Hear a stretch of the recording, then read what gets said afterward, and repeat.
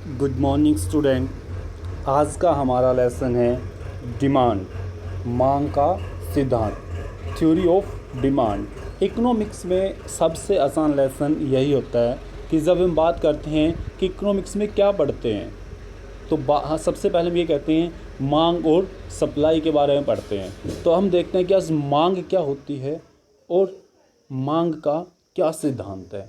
मांग किस प्रकार से काम करती है कि हम बाज़ार में जाते हैं और बाज़ार में जाकर जो हम वहाँ मांग देखते हैं, क्या हमारी रियल मांग से इसका कोई संबंध है।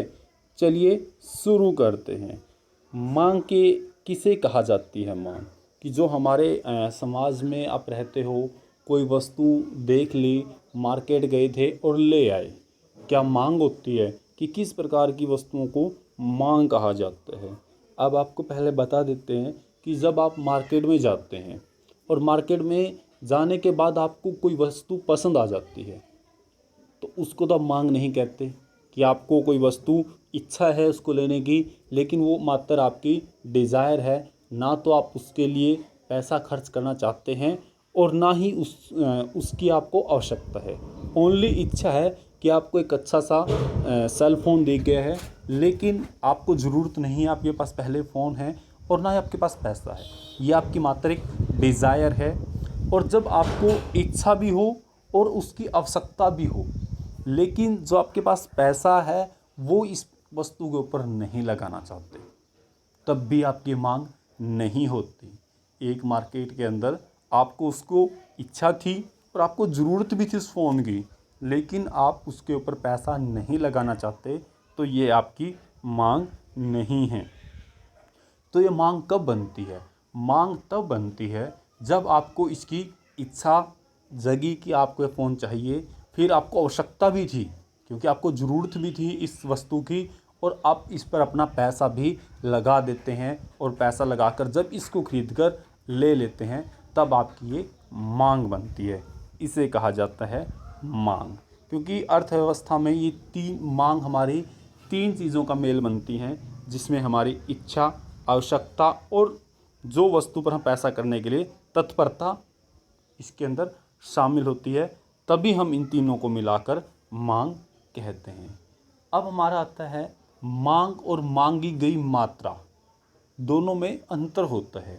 मांगी गई मात्रा का अर्थ ये होता है कि जब हम मार्केट में जाते हैं और मार्केट में जाने के बाद हम जितनी वस्तुओं की मात्रा को परचेज करते हैं, एक वस्तु को खरीदते हैं, कितनी मात्रा खरीदते हैं, वो होगी मांगी गई मात्रा। मांग होती है जब हम उसमें से कितना भाग खरीद चुके हैं या ले चुके हैं। मांग तो हम बहुत ज़्यादा कर सकते हैं, लेकिन खरीदते कितना है वो हमारी मांग रहती है। मांगी गई मात्रा और मांग में अंतर होता है। चलिए आगे देखते हैं। इन्होंने एक साइड में दिया है मांग तथा मांगी की मात्रा। मांग शब्द से भी पराया है एक वस्तु की विभिन्न मात्राओं को प्रकट करने वाली उस संपूर्ण मांग अनुसूची से है। अनुसूची होती है तालिका, जिसके अंदर क्या होता है, एक साइड उसका प्राइस होता है, जैसे इसमें ये होती है तालिका जहाँ इसका एक साइड प्राइस होता है, एक साइड क्वांटिटी होती है। जब कीमत 1 थी तो मांग कितनी करता था, मांग करता था 50। जैसे ही कीमत 2 हो गई तो मांग करता है 40। जैसे ही मांग प्राइस 3 हो गया तो मांग करता है 30। इस प्रकार की जो ये हमारी तालिका बनी है इसे कहते हैं अनुसूची। तो संपूर्ण मांग अनुसूची से है जो कोई उपभोक्ता विभिन्न संभव कीमतों पर खरीदने के लिए तैयार होता है। संभव कीमत क्या है, जब कीमत उसकी दी हुई थी और वो फिर भी उसके ऊपर खरीदता है, उसे कहा जाता है मांग। जबकि मांगी की मात्रा से प्राय उस विशेष मात्रा से है जो मांग अनुसूची के अंदर से है, जो कीमत विशेष पर खरीदी जाती है। मतलब जब वो एक कीमत होती है और उसमें वो लेके खरीद लेता है, उसे कहा जाता है मांगी गई मात्रा। चलिए फिर भी आपको ये ना समझ में आया हो, इसको एक एग्जाम्पल के द्वारा देख लेते हैं कि एक आइसक्रीम की कीमत 1 रुपया है और उपभोक्ता 1 रुपये पर 5 आइसक्रीम की मात्रा खरीदता है। तो 1 रुपये के प्रति आइसक्रीम की जो 5 मात्रा खरीदी गई हैं वो कहलाती हैं मांगी गई मात्रा। 1 रुपये था, 5 खरीद ली, ये हो गई मांगी गई मात्रा। और मांग होती है जितनी हम टोटल में से सारी खरीद के अपने पास रख लेते हैं, इसे कहते हैं मांग। इन्होंने आगे जैसे दिया हुआ है, मांग किसी पदार्थ या वस्तु की वो मात्रा होती है जो अन्य तत्वों के समान रहने पर। अब जैसे हम आगे देखेंगे तो ये अन्य तत्व क्या होते हैं। एक उपभोक्ता समय की एक निश्चित अवधि में विभिन्न कीमतों पर खरीदने का इच्छुक और योग्य होता है।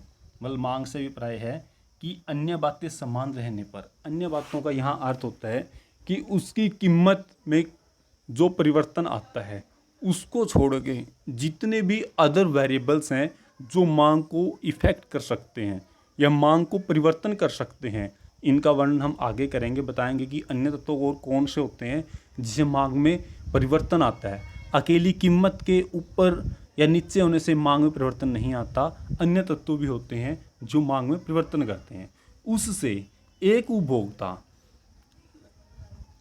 समय की एक निश्चित अवधि में, मतलब आज, समय का मतलब ये नहीं है कि एक वस्तु आज खरीदता है एक महीने बाद खरीदता है, तो आज का समय का मतलब है कि आज की तारीख में उन्होंने जो कीमत है उसके ऊपर कितनी वस्तुओं की खरीद की है, इच्छा की है या खरीदने योग्य है, उसे कहा जाता है मांगी गई मात्रा। चलिए आगे देखते हैं। जैसे हमने पीछे देखा था, अब आगे देखते हैं इसमें। मान लीजिए उपभोक्ता एक कीमत पर आइसक्रीम की मांग करता है, 2 कीमत पर 4 आइसक्रीम की मांग, 3 कीमत पर 2 आइसक्रीम की मांग करता है। तो इस प्रकार का जो ये बनता है इसे कहा जाता है हमारा मांग। तो यहाँ क्या हमें यहाँ मांग की एक डेफिनेशन जो हमने सीखने को मिली है या जो हमारे सामने आई है कि जहाँ एक व्यक्ति के द्वारा किसी वस्तु को खरीदने की इच्छा, उसे संतुष्ट करने के लिए पर्याप्त धन और धन खर्च करने के लिए तत्परता के रूप में दी जा सकती है। एक तो आप जो वस्तु खरीदना चाहते हैं आपकी इच्छा होनी चाहिए उस वस्तु खरीदने की, दूसरा आपके पास उसको खरीदने के लिए ज़रूरत हो उसकी, उस वस्तु की आपको ज़रूरत नहीं है, इच्छा हुई, पैसे थे ले आए, वो आपकी मांग नहीं थी, लेकिन ज़रूरत हो उसकी तब। और एक धन, जहां आप पैसा खर्च करना चाहते हो उस वस्तु के ऊपर, आपको आवश्यकता भी है और आपके पास इच्छा भी है उसको खरीदने की, लेकिन वो पैसा आप उस वस्तु की बजाय किसी और वस्तु पर लगाना पसंद करते हैं, तो वो आपकी मांग नहीं होती। जहाँ ये तीनों चीज़ मिल जाती हैं वो कहलाती है मांग। चलिए अब हम आगे देखते हैं कि मांग की परिभाषा किसे कहा जाता है। किन व्यक्तियों ने मांग की परिभाषा दी थी।